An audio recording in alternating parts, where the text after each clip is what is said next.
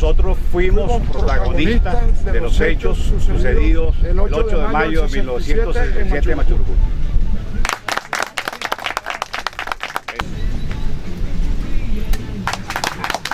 Un hecho que hoy queremos revivirlo en el tiempo y en el espacio, sobre todo con las personas que fueron protagonistas de esta historia.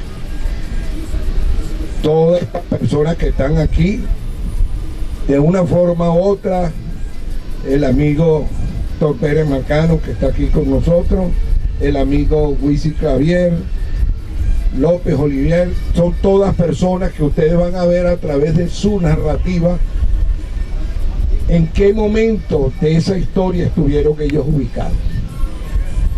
Y que hoy, en cierta forma, quienes estamos todos aquí reunidos en el día de hoy, esa historia sirve como un punto de nuevo a través del tiempo y en el espacio para tratar de conseguir las respuestas que queremos de libertad, de justicia social y de todos esos sueños que cualquier humano tiene que tener en un momento dado y que no hemos logrado conseguir. Pero es una historia interesante, una historia que bien vale la pena que se pueda establecer en el tiempo y en el espacio. ¿Qué recuerdo le trae esto después de tanto tiempo? Bueno, recuerdos intensos porque eso fueron días muy difíciles y lamentablemente a quien se le hace este monumento que ha desaparecido fue un hombre muy íntegro que luchó por unos ideales, aunque fueran contrarios a lo que uno hoy defiende, pero que en su momento dio su vida por lo que eran sus ideales y por lo tanto yo le guardo un gran respeto siempre. ¿Qué diferencia de ideales hay entre cuando vinieron soldados, cuando vinieron, como se le dice ahora en la historia, guerrilleros, personas que querían hacer un cambio en Venezuela? ¿Qué diferencia hay de esos tiempos con los de ahora? Bueno, la diferencia es que nosotros en aquel momento estábamos equivocados, o sea, porque la lucha armada en Venezuela fue una decisión equivocada de los movimientos de izquierda de esa época. Y el parangón con lo de hoy es que lo que no se logró en aquella oportunidad, que era la intención de Fidel Castro de controlar el petróleo venezolano por la vía de la lucha armada, para ello formaba parte también la aventura del Che Guevara en Bolivia, que murió el 8 de octubre de 1967. Ya en esa época se intentó por la vía armada controlar el petróleo venezolano. La joya de la corona era Venezuela y por eso para acá se dieron dos desembarcos, dos invasiones, una que se dio por Chichirivichi al mando de Lubin Pekov y la que se dio por acá, que ha quedado en la historia como la invasión de Machurucuto. Ya desde ese entonces Fidel pensaba en el petróleo venezolano. Hoy día, lamentablemente, el legado de Chávez ha sido legarnos como colonia. Hoy día somos colonia del Estado cubano y el petróleo venezolano ha servido como arma política para desarrollar una estrategia de tratar de imponer por otra vía lo que no se pudo en la década de los 60. ¿Usted no cree que en estos tiempos, en el 2015, hay una invasión ahorita cubana justamente aquí en Venezuela? O sea, que por unos ideales, por la toma de una riqueza de un país, se haya logrado la invasión, pero de otra manera. Exactamente. Ahora tenemos una invasión de Cuba, una invasión cubana en Venezuela. Fue una invasión concertada entre Fidel Castro y Hugo Chávez Frías, concertada y consentida. Una invasión ahora de tipo pacífica, pero donde los cubanos están controlando las áreas estratégicas del país. Hay mucha gente que cree que es una exageración cuando yo he afirmado en mis artículos y en libros que hay más de 100.000 cubanos en Venezuela y algunos creen que es una exageración. El presidente de los comités de defensa de la Revolución de Cuba estuvo en Venezuela en el año 2008, y él dijo en unas declaraciones a la prensa que solamente sederistas cubanos hay en Venezuela 35.000 cubanos. cada uno de esos hombres es un potencial miliciano, porque todos están entrenados para saben manejar las armas. Y ese es un problema serio, puesto que Cuba tiene hoy una fuerza de ocupación que incluso abarca a nuestras Fuerzas Armadas. Ahora, una pregunta, en el desembarque de Machurucuto, eran 12 personas, por lo que hemos leído en la historia, los que desembarcaron aquí. Uno falleció antes de que se lograra el desembarco, los demás fueron caídos, ¿ok? Hubo tres muertos. 3 muertos, y 2, hasta donde tenemos entendido, fueron los que pudieron, como quien dice, escapar, entre esos Sotorroja, que es actual diputado en la Asamblea Nacional. No, los que logramos atravesar los cocoteros y llegar a la montaña para incorporarnos a la guerrilla fuimos 8, uno de ellos yo. Sotorroja no estaba en ese grupo. Sotorroja estaba en ese momento al frente de la guerrilla del Bachiller, que era la guerrilla que nosotros al desembarcar, cruzando la montaña desde acá hasta la parte suroccidental, donde hay un caserío llamado Las Américas, ahí se suponía que estaba la guerrilla. Nuestra misión era precisamente desembarcar y unirnos a la guerrilla. 8 hombres, 4 cubanos y 4 venezolanos, pudimos escapar de la situación que se presentó. Yo venía conversando en el carro para acá con el vicealmirante Huici Clavier, quien nos contó, yo no sabía esa parte de la historia, de que ese día él estaba en un buque de la Armada venezolana que estaba tratando de interceptar al buque en el cual nosotros veníamos, pero a ellos los mandaron para la bahía de Pozuelo y por eso no pudieron estar en el momento del desembarco, que fue el 8 de mayo del 67 a las 2 de la madrugada. Yo fui testigo de excepción durante esos eventos del 8 de mayo de 1967, hace exactamente 48 años, como bien lo dijo Héctor Pérez Marcano. Y este encuentro de Héctor Pérez Marcano y mío con ustedes, parte de esta comitiva, yo lo llamo providencial. Yo creo mucho en la providencia. Y sin querer nos encontramos hoy acá.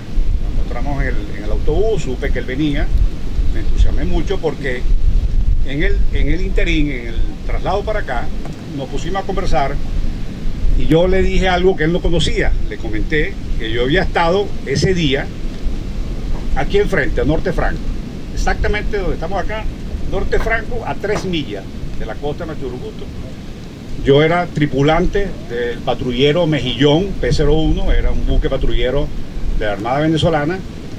Teníamos ya 2 meses y medio, nosotros teníamos la Armada en ese momento, tuvo que adquirir de manera forzada y rápida ante la aparición de las guerrillas en diferentes regiones de Venezuela. En la zona, comenzó con las zonas urbanas, pero fracasaron, después se desplegaron hacia las zonas rurales, y en ese momento la Armada, que venía, su equipamiento militar venía de la época de Pérez Jiménez, es decir, Pérez Jiménez transformó la Fuerza Armada, adquirió nuevos buques de la Armada, aviones modernos, pero eran para una guerra convencional, y la guerra era guerra de guerrilla, era una guerra que nosotros no conocíamos. Entonces nuestros barcos, que eran buques grandes, de gran porte, los aviones a chorro, quizás los aviones sí, pero los barcos no tenían, primero eran poco maniobrables y no tenían la autonomía para hacer lo que nosotros hacíamos. Era un patrullaje que nosotros llamamos el serrucho, es decir, nosotros zarpábamos de Carenero, fondeábamos en la noche allí y de acuerdo a la información de inteligencia navegamos toda la noche hasta las Islas Espíritu, un poquito más allá, hacia Pozuelo, y eso era el serrucho. Nosotros teníamos 2 meses destacado, desplegado aquí el P-01, el patrullero Mejillón, mientras otros patrulleros estaban en la zona de Falcón, la costa de Occidente. Esos barcos, yo quisiera decirle, fíjense, como nos sorprendió esta situación, entonces las Fuerzas Armadas tomaron la decisión de buscar de la manera más rápida buques adecuados para este patrullaje. Estamos hablando de 3 millas acá, una zona, estos son aguas no muy profundas y necesitamos barcos de poco calado, maniobrables, de acción rápida, pues patrulleros de acción rápida, de reacción rápida. Y esos barcos se adquirieron en Estados Unidos.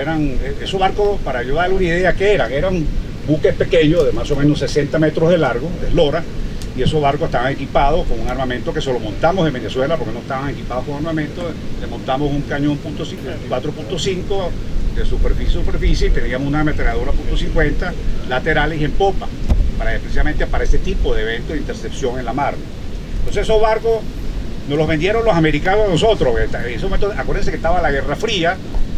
Nosotros éramos parte de Occidente, nosotros éramos aliados de Occidente, nosotros no éramos aliados del comunismo, nosotros formamos parte porque geográficamente somos del continente americano, somos hemisféricos, había un pacto, existía la OEA, existía el TIAR, que era el Tratado de Asistencia Recíproca de las Fuerzas Armadas de América Latina, o sea, habían convenios que había que respetar. Entonces Estados Unidos, en una venta simbólica, esos 6 barcos, eran 6 barcos, que dieron un gran resultado para ir contra la guerrilla castrocomunista. En esos barcos hicimos una venta, una compra, mejor dicho, simbólica. Costaron $10.000 los 6 barcos. Los trajimos remolcados y los pusimos acá, los rearmamos en tiempo rápido en las bases nuestras, en las bases navales, y salimos a patrullar. Para ese año 67, y es bueno también contar un poquito de la historia, porque lamentablemente la historia se olvida. Y peor aún, la historia la están tratando de cambiar ellos. Desde el año 99 hay un cambio en la historia.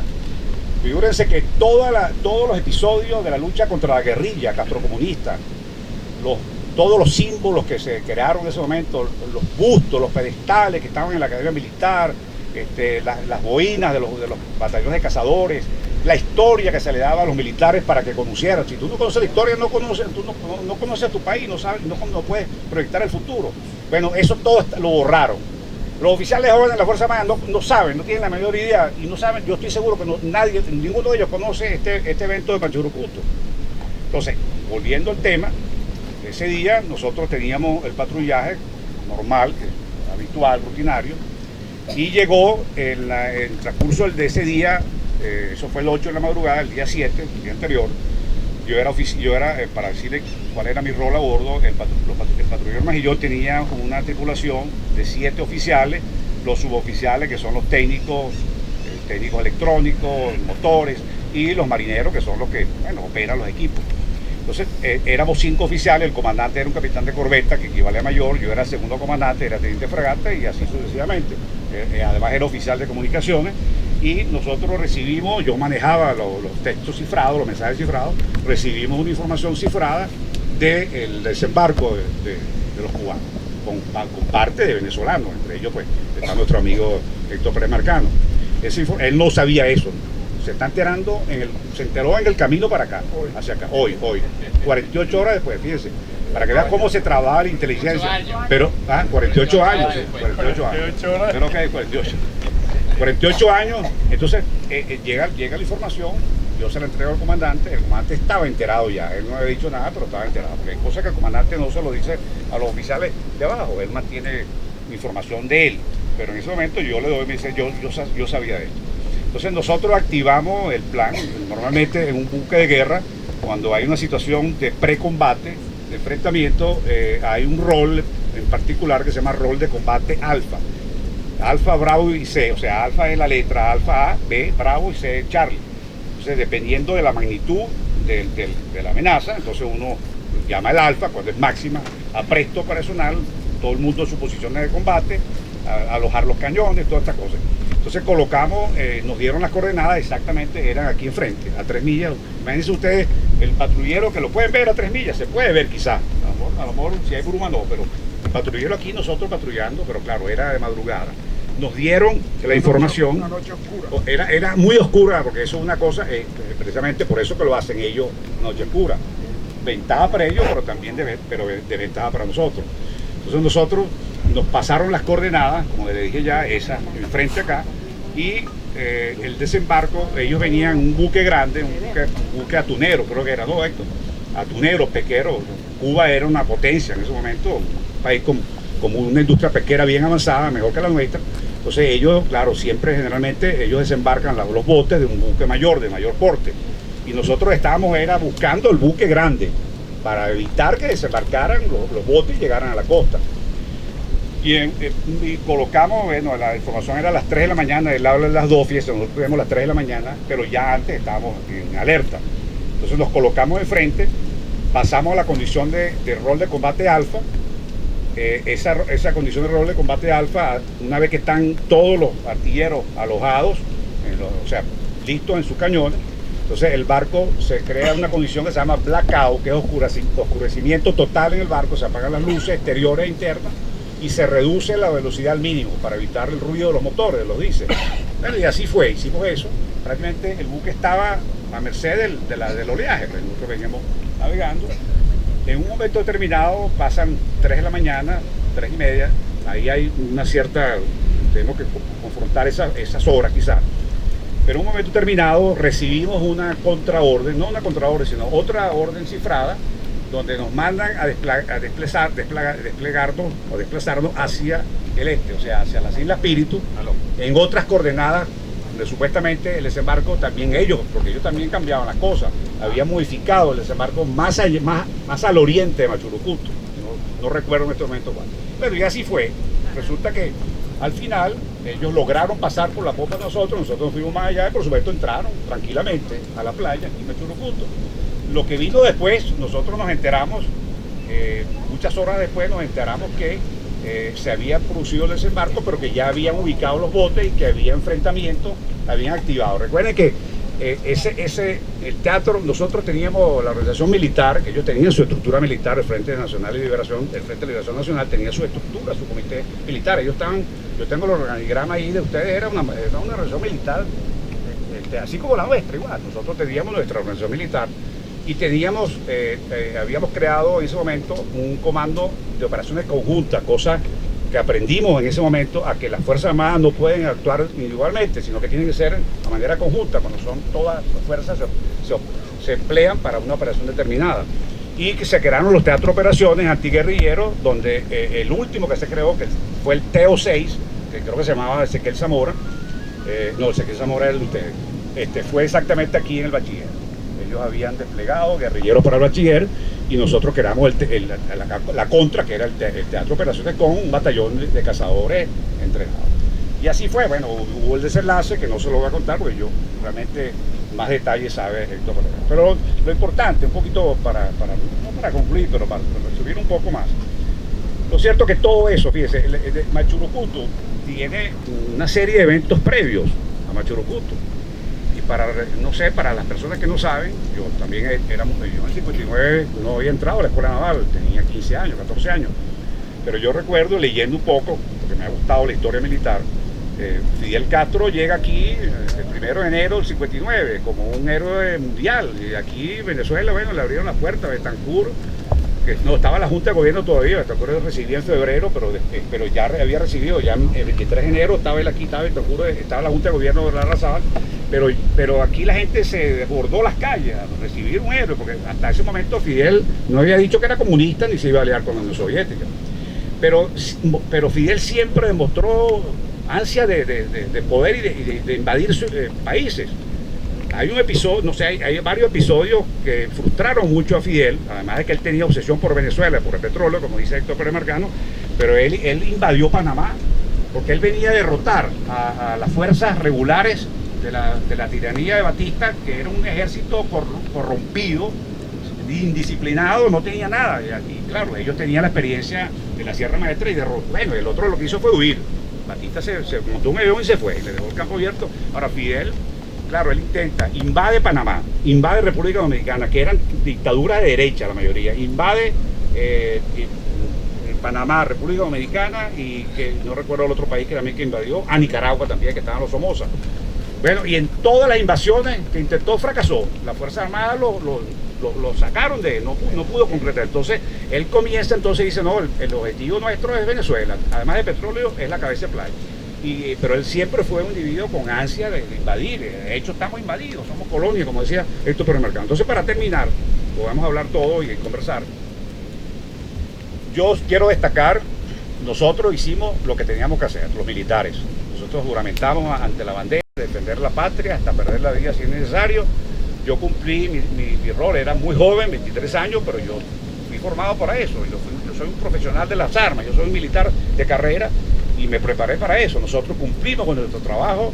Ellos bueno, como admite, con mucha dignidad y sapiencia, Héctor Pérez Marcano, porque nosotros todos en la vida hemos cometido errores, los más viejos, los más jóvenes, y Bueno, pero uno rectifica, y rectificar, como dicen, es de sabio. Él rectificó, él evolucionó y está en contra de todo eso. Él se equivocó, era joven, era la moda en ese momento. Fidel Castro tenía su convicción hacia el socialismo y creía en eso, ¿no? Pero eso se respeta. Pero yo sí quiero decirle y defender a esas Fuerzas Armadas de antes, que con mucha dignidad y valentía nosotros tuvimos que hacer todo el tiempo récord, prepararnos para combatir en una guerra que no era nuestra, no estaba en los estudios nuestros militares. Nosotros éramos para defender el país de una invasión extranjera grande, pues, en una guerra. Y entonces así fue todo. Entonces yo creo que ese es lo más importante, defender y sobre todo seguir defendiendo la hora que estamos colonizados por los cubanos y, como digo, Héctor Pérez Mercado, estamos en manos de militares cubanos en todas las Fuerzas Armadas. Gracias. Vamos a proceder entonces en el mismo sitio donde hicieron esa alegoría que ponen una placa ahí, no sé qué es lo que decía la placa, los que estuvieron aquí presentes. Pero entonces ahora la fuerza de la oposición, la fuerza de un acto, entonces vamos en acto de desagravio. Usando el mismo espacio vamos a poner esa frase que fue de un demócrata, un momento dado de la vida, de la historia que hubo en este país. Dice, díganle a Fidel Castro que cuando Venezuela necesitó libertadores, no los importó, los parió. Eso es. Entonces, no quedan a...